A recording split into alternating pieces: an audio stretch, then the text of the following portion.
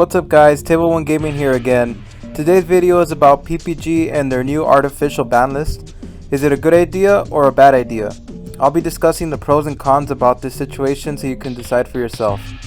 Let's jump right into it. So for pro number 1, I have changed something fresh. Konami's new list had 0 bans, 0 limits, and 0 semi-limits. PPG's new ban list had Needle Fiber ban and Block Dragon ban. They also put Scarlet Sanguine in 1.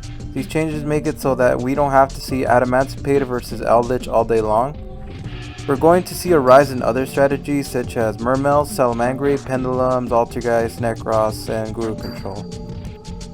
So for pro number 2, I have a more balanced game. It's no surprise that Adamancipator and Eldritch are the 2 best decks of the format. With cards like Block Dragon and Scarlet Sanguine, there's a huge tier gap between them and the 3rd best deck. With PPG's new list, that's no longer the case. Players now have much more of a fighting chance against these decks and don't have to worry about auto losing to them. Now I'm going to discuss the cons. Cons number 1, it splits up the Yu-Gi-Oh community. Whenever you create an artificial list, you'll always have some who favor that list and some who don't. Some will continue to play with Block Dragon banned and Needle Fiber unlimited, while others play with them banned. Sure, there's no events going on right now, but if there was, I think we would see a decline in player attendance for PPG events and Konami events because they're split apart into 2 different formats.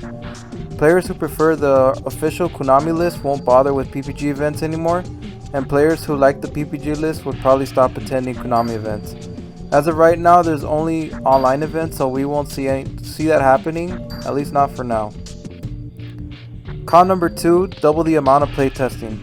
Playtesting becomes much more difficult because now you have 2 different formats to worry about. If you didn't already know, ARG made an artificial list in 2015 and that backfired on them big time. Players were not happy that they had to do twice the amount of playtesting for 2 completely different formats. Thus, ARG cancelled their new ban list in less than a month. You can argue that this was the beginning of their downfall in player attendance.